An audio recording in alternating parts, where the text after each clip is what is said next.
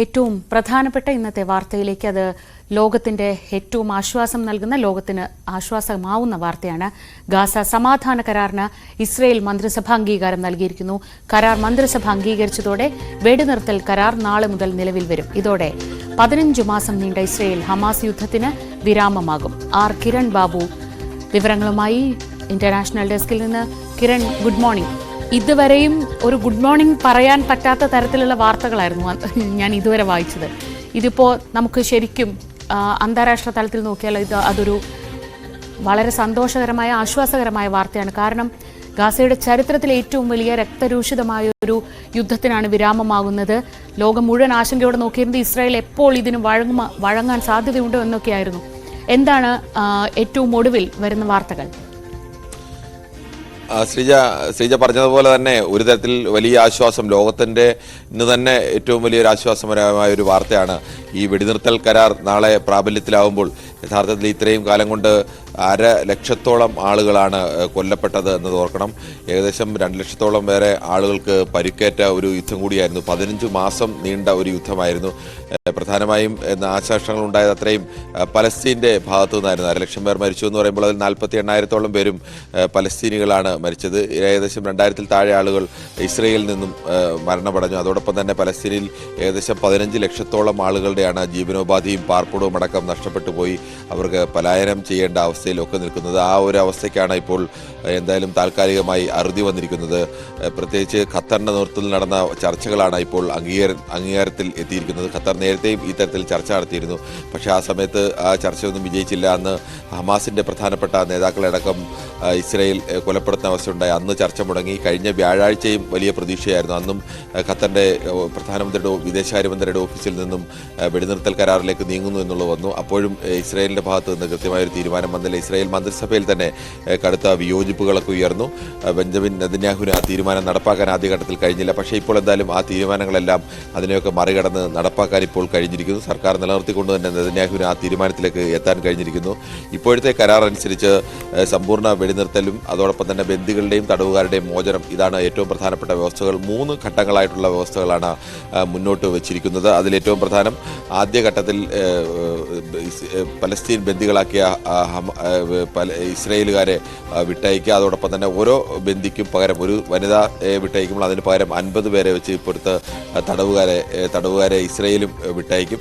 അങ്ങനെ അതിന് ഓരോ ഘട്ടത്തിലും എത്ര പേർ വീതം വേണം എന്ന തരത്തിലേക്ക് ഒരു വ്യവസ്ഥ ഉണ്ടാക്കിയിട്ടുണ്ട്. ആദ്യഘട്ടത്തിൽ മോചിപ്പിക്കേണ്ട പലസ്തീൻ തടവുകാർ 95 പേരുടെ ലിസ്റ്റ് എന്തായാലും ഇസ്രയേൽ പുറത്തുവിട്ടിട്ടുണ്ട്. അതോടൊപ്പം തന്നെ ബന്ദികളുടെ വിവരങ്ങളും പലസ്തീനും പുറത്തുവിട്ടിട്ടുണ്ട്. ഈ ബന്ദികളെ ഒരു ഘട്ടത്തിൽ പുറത്തുവിടും. അതിനുശേഷം പലസ്തീനിൽ നിന്നുള്ള തടവുകാരെ പുറത്തുവിടും.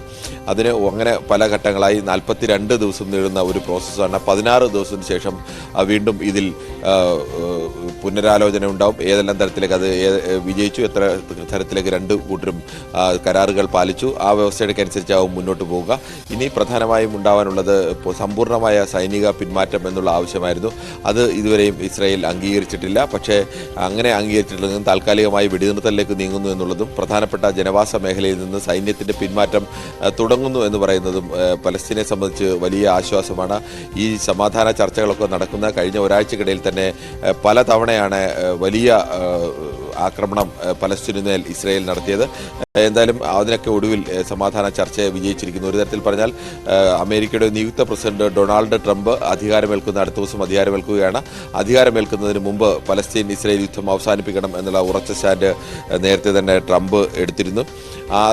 ട്രംപിൻ്റെ പ്രതിനിധി കൂടി ചേർന്നാണ് പ്രധാനമായും ഇത്തരം ചർച്ചകളൊക്കെ നടന്നത്.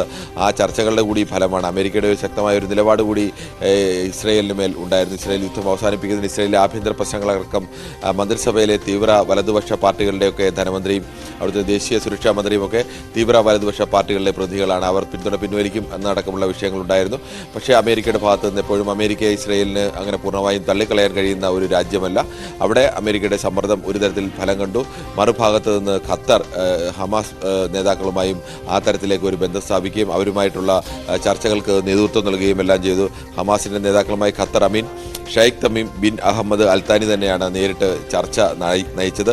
ഈ ചർച്ചയാണ് യഥാർത്ഥത്തിൽ ഈ ചർച്ചയിൽ അതോടൊപ്പം തന്നെ മൊസാദിന്റെ തലവനെ അടക്കം അവിടെ ഇസ്രയേലിന്റെ പ്രധാനപ്പെട്ട ഏജൻസിയുടെ തലവനെ അടക്കം കൊണ്ടുവന്ന് അത്തരമൊരു ചർച്ച മുന്നോട്ട് കൊണ്ടുപോകാൻ കഴിഞ്ഞു. ആ ചർച്ചകൾ ആഴ്ചകളോളം നീണ്ട ചർച്ചകൾ, യഥാർത്ഥത്തിൽ ആഴ്ചകളല്ല മാസങ്ങൾ നീണ്ട പ്രോസസ്സിനാണ് ഇപ്പോൾ അന്തിമ രൂപമായിരിക്കുന്നത്. അങ്ങനെ ഒരു പ്രോസസ്സിന് അന്തിമ രൂപമായുള്ള പ്രധാനപ്പെട്ട കാരണം നിയുക്ത അമേരിക്കൻ പ്രസിഡന്റ് ഡൊണാൾഡ് ട്രംപിന്റെ പ്രതിനിധി സ്റ്റീവ് കോഫ്, സ്ഥാനമൊഴിയുന്ന അമേരിക്കൻ പ്രസിഡന്റ് ജോ ബൈഡന്റെ പ്രതിനിധി ബൈറ്റ് മുർക്ക്, മൊസാദ് മേധാവി ഡേവിഡ് ബാർണിയ, ഷിൻബൈറ്റ് മേധാവി റോണർ ബാർ എന്നിവരാണ് ഏറ്റവും അവസാനഘട്ട ചർച്ചയിൽ.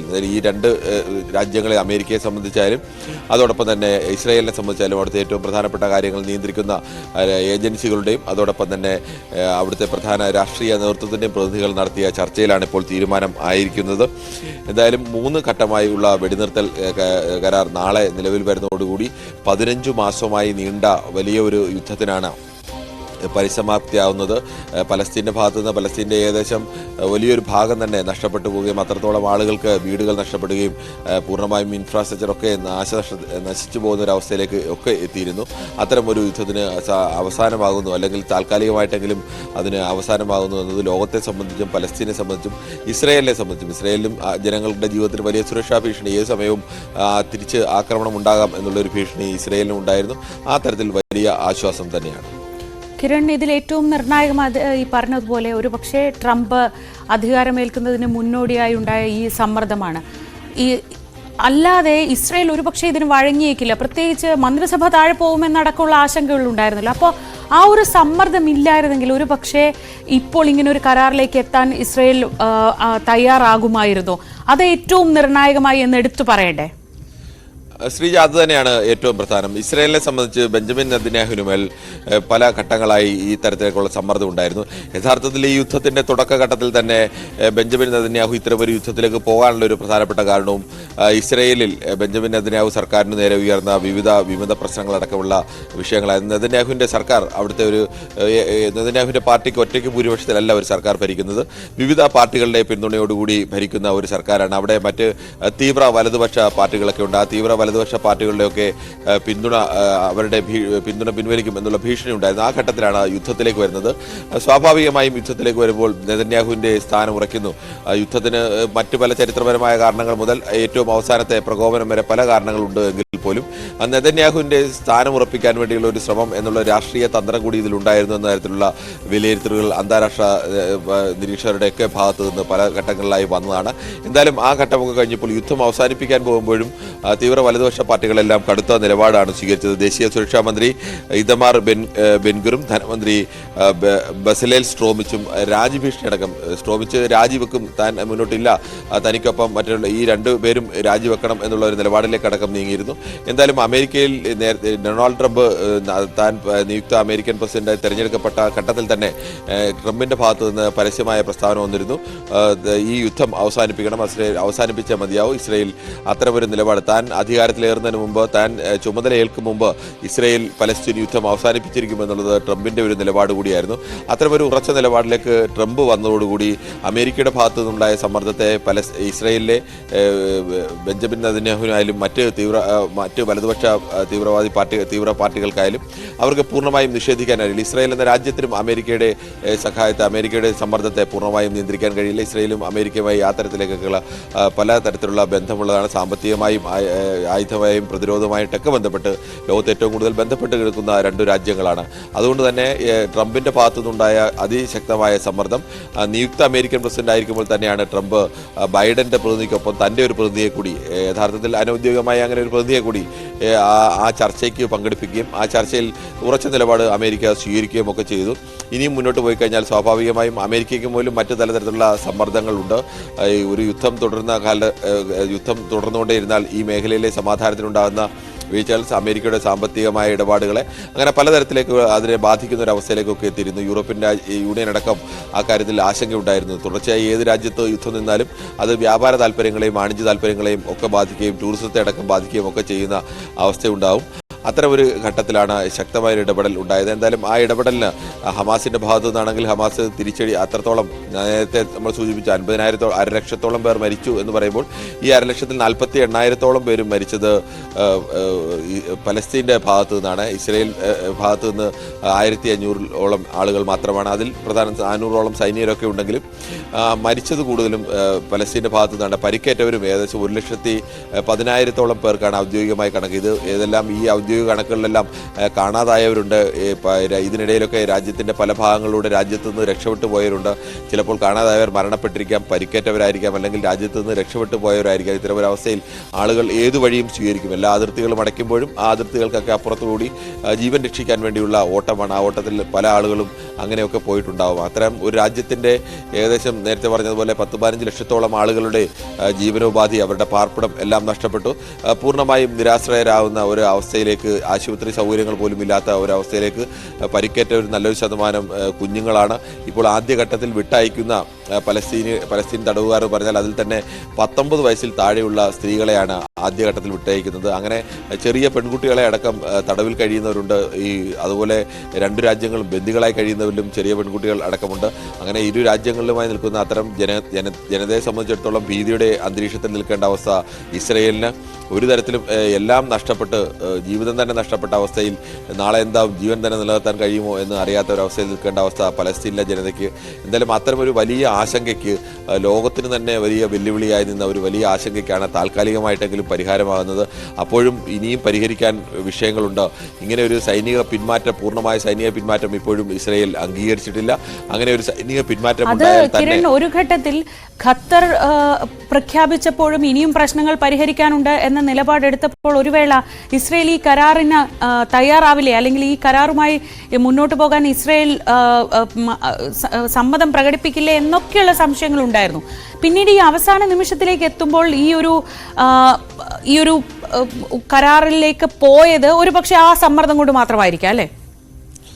ഇസ്രയേലിനെ സംബന്ധിച്ച് ബെഞ്ചമിൻ നെതന്യാഹുവിന് മുന്നിലുണ്ടായിരുന്ന പ്രധാനപ്പെട്ട വിഷയം അദ്ദേഹത്തിൻ്റെ മന്ത്രിസഭ നിലനിർത്തുക എന്നുള്ളത് ഒരു വലിയ വെല്ലുവിളിയാണ്. അങ്ങനെ ഒരു നിലപാടിലേക്ക് പോയപ്പോഴാണ് ഈ തീവ്ര വലതുപക്ഷ പാർട്ടികളൊക്കെ ഒരു കാരണവശാലും പൂർണ്ണമായും ഹമാസിൻ്റെ അവസാന സൈനികനെയും അല്ലെങ്കിൽ ഹമാസിൻ്റെ മുഴുവൻ പ്രവർത്തകരെയും പൂർണ്ണമായും കൊന്നൊടുക്കിയ ശേഷം പൂർണ്ണമായും നിയന്ത്രണം പലസ്തീൻ്റെ പൂർണ്ണമായ നിയന്ത്രണം ഇസ്രയേൽ ഏറ്റെടുത്ത ശേഷം മാത്രമേ ഈ യുദ്ധം അവസാനിപ്പിക്കാവൂ എന്നുള്ള തീവ്ര നിലപാടുകാരായിരുന്നു ഉണ്ടായിരുന്നത്. പക്ഷേ ഇതിനിടയിൽ ചില അനൗദ്യോഗികമായ വോട്ടെടുപ്പുകളൊക്കെ, ഹിതപരിശോധനകളൊക്കെ നടത്തി. ആ ഹിതപരിശോധനയിലും നല്ലൊരു ശതമാനം ജനങ്ങൾ എങ്ങനെയും യുദ്ധം അവസാനിപ്പിക്കണം എന്നുള്ള ഒരു നിലപാടിലേക്കൊക്കെ എത്തിയിരുന്നു. 15 മാസമൊക്കെ ഇസ്രയേലിനെ സംബന്ധിച്ച് നഷ്ടം കുറവാണ് എന്നൊക്കെ പറയുമ്പോഴും ഏത് സമയവും നിങ്ങൾക്ക് നേരെ ആക്രമണം ഉണ്ടാകാം എന്നുള്ളൊരു ഭീതിയിലേക്ക് ജനം നിൽക്കുക എന്ന് പറഞ്ഞാൽ ജനത്തിന് അത് എപ്പോഴും ആശങ്ക ഉണ്ടാക്കുന്ന ഒരു ഘടകമാണ്. അങ്ങനെ യുദ്ധം അവസാനിപ്പിക്കണമെന്ന് ആഗ്രഹിക്കുന്ന നല്ലൊരു ശതമാനം ആളുകൾ അവിടെ ഇസ്രയേലിലുമുണ്ട്. അത്തരം ആളുകളുടെ ഒരു പിന്തുണ ഒരു ഭാഗത്ത് വന്നു. മറുഭാഗത്ത് ഈ 2 പാർട്ടികൾക്ക് നേരെയും വലിയ സമ്മർദ്ദമുണ്ടായി. നമ്മൾ നേരത്തെ പറഞ്ഞു, ദേശീയ സുരക്ഷാ മന്ത്രി ബെൻഗുറും ധനമന്ത്രി സ്മോട്രിച്ചും ഈ 2 പേരും കടുത്ത നിലപാടിലായിരുന്നു നിന്നത്. ഇവർക്ക് മേൽ അമേരിക്കയുടെ സമ്മർദ്ദമുണ്ടായി എന്ന് സ്വാഭാവികമായും കരുതണം. അതോടൊപ്പം തന്നെ ഇസ്രയേലിലെ ജനതയുടെ നല്ലൊരു ശതമാനം പേർ എങ്ങനെയും യുദ്ധം അവസാനിപ്പിക്കണമെന്നുള്ള ഒരു നിലപാടിലേക്ക്, യുദ്ധം തുടരണമെന്നുള്ള നിലപാടിലുള്ള ആളുകളുടെ എണ്ണം കുറയുകയും, നേരത്തെ യുദ്ധം തുടരണമെന്നുള്ള നിലപാടിൽ ആളുകളുടെ എണ്ണം കൂടുതലായിരുന്നു, അവരുടെ ശതമാനം കുറയുകയും നിഷ്പക്ഷമായി നിൽക്കുന്നവരും അല്ലെങ്കിൽ യുദ്ധം അവസാനിപ്പിക്കണം എന്ന് പറയുന്ന ആളുകളുടെ എണ്ണം കൂടുകയും ഒക്കെ ചെയ്ത രാജ്യത്തെ ആഭ്യന്തരമായ ജനങ്ങളുടെ വികാരം, ഇതെല്ലാം കൂടി മാനിച്ചാണ് അവസാന നിമിഷം കഴിഞ്ഞ വ്യാഴാഴ്ച ഖത്തറിൽ നിന്ന് ഇങ്ങനെ ഒരു പ്രസ്താവന വരുമ്പോൾ വ്യാഴാഴ്ച രാത്രി അല്ലെങ്കിൽ വെള്ളിയാഴ്ച തന്നെ ഈ വെടിനിർത്തൽ കരാർ പ്രാബല്യത്തിലാകും എന്നുള്ള ഒരു വലിയ പ്രതീക്ഷയിലായിരുന്നു ലോകം നിന്നത്. ആ സ്ഥാനത്താണ് പിന്നീട് വീണ്ടും ഞങ്ങൾ അംഗീകരിക്കില്ല എന്നുള്ള നിലപാട് സ്വീകരിക്കുകയും ഈ ദിവസങ്ങളിലൊക്കെ അതിരൂക്ഷമായ രീതിയിലേക്ക് പലസ്തീനിലേക്ക് ആക്രമണം നടത്തുകയും ചെയ്തു. ഒരു ഭാഗത്ത് ചർച്ച നടത്തുമ്പോഴും ആശങ്കയായി മറുഭാഗത്ത് നിന്നത് ആ ചർച്ച നടക്കുന്ന സമയത്തും പലസ്തീന് നേരെയുള്ള ആക്രമണത്തിന് ഏതെങ്കിലും തരത്തിൽ കുറവ് വരുത്താൻ ഇസ്രയേൽ തയ്യാറായിരുന്നില്ല.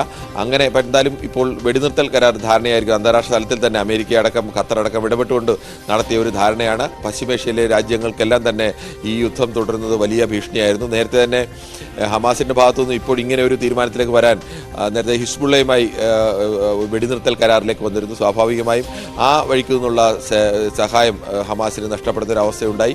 അതോടൊപ്പം തന്നെ ഹമാസിൻ്റെ പ്രധാനപ്പെട്ട നേതാക്കളൊക്കെയും കൊല്ലപ്പെട്ടു. ഹമാസിൻ്റെ കമ്മ്യൂണിക്കേഷൻ സംവിധാനത്തിൽ കാര്യമായ തകരാറുകൾ വന്നു. ഹമാസ് എവിടെ സ്വിച്ചിട്ടാലും താഴെത്തട്ടിൽ വരെ അതേ സെക്കൻഡിൽ എത്താനും ആ പ്രവർത്തനങ്ങൾ നടപ്പാക്കാനും ഒക്കെ കഴിയുന്ന ലോകത്തെ ഒരു പ്രധാനപ്പെട്ട സംഘടനയായിരുന്നു. പക്ഷേ അവരുടെ കമ്മ്യൂണിക്കേഷൻ സംവിധാനവും അവരുടെ പ്രധാനപ്പെട്ട വരുമാന സോഴ്സുകളുമൊക്കെ എവിടെ നിന്നൊക്കെയാണ് ആയുധങ്ങൾ അവിടേക്ക് വരുന്നത്, ആയുധങ്ങൾ വരുന്ന അതിർത്തികളൊക്കെ പൂർണ്ണമായും ഇസ്രയേലിൻ്റെ നിയന്ത്രണത്തിലേക്ക് വന്നു. അവിടെ ഇസ്രയേലിൻ്റെ കർശനമായ നിയന്ത്രണമുണ്ടായി. ഹിസ്ബുള്ള ഒരു ഭാഗത്തു നിന്ന് വന്നു, ഹൂതികളുടെ ഭാഗത്തു നിന്ന് വലിയ ചെറിയ സഹായം മാത്രമാകുന്ന ഒരു അവസ്ഥയിലേക്ക് വന്നു. സ്വാഭാവികമായും ആയുധങ്ങളൊക്കെ എത്തുന്നതിലും അവരുടെ പ്രതിരോധം കടുപ്പിക്കുന്നതിലുമൊക്കെ പ്രയാസം ഹമാസിനുമുണ്ടായി. അതോടൊപ്പം തന്നെ പലസ്തീനിലുണ്ടായി. ജനങ്ങളുടെ ഉണ്ടായ നഷ്ടം അത്രത്തോളം വലുതായിരുന്നു. ഇപ്പോൾ ഇസ്രയേലിൻ്റെ ഭാഗത്തു നിന്നും സമാനമായ രീതിയിൽ ജനങ്ങൾ ഭീതിയിൽ കഴിയുന്ന ഒരവസ്ഥ. ഇത്തരം സാഹചര്യങ്ങളെല്ലാം കൂടി ചേർന്ന് അവിടെ അമേരിക്കയുടെ സമ്മർദ്ദവും ഖത്തറിൻ്റെ ഇടപെടലും കൂടിയൊക്കെ ചേർന്നതുകൊണ്ടാണ് ഇപ്പോൾ ഈ യുദ്ധം താൽക്കാലികമായിട്ടെങ്കിലും അവസാനിക്കുന്നത്, വെടിനിർത്തലിലേക്ക് വരുന്നത് എന്ന് വേണം കരുതാൻ. ശരി, കിരൺ ബാബുവാണ് വിശദമായ വിവരങ്ങൾ നൽകിയത്. ലോകം ആശ്വാസത്തിലാണ് ഇന്ന് പുലരുമ്പോൾ.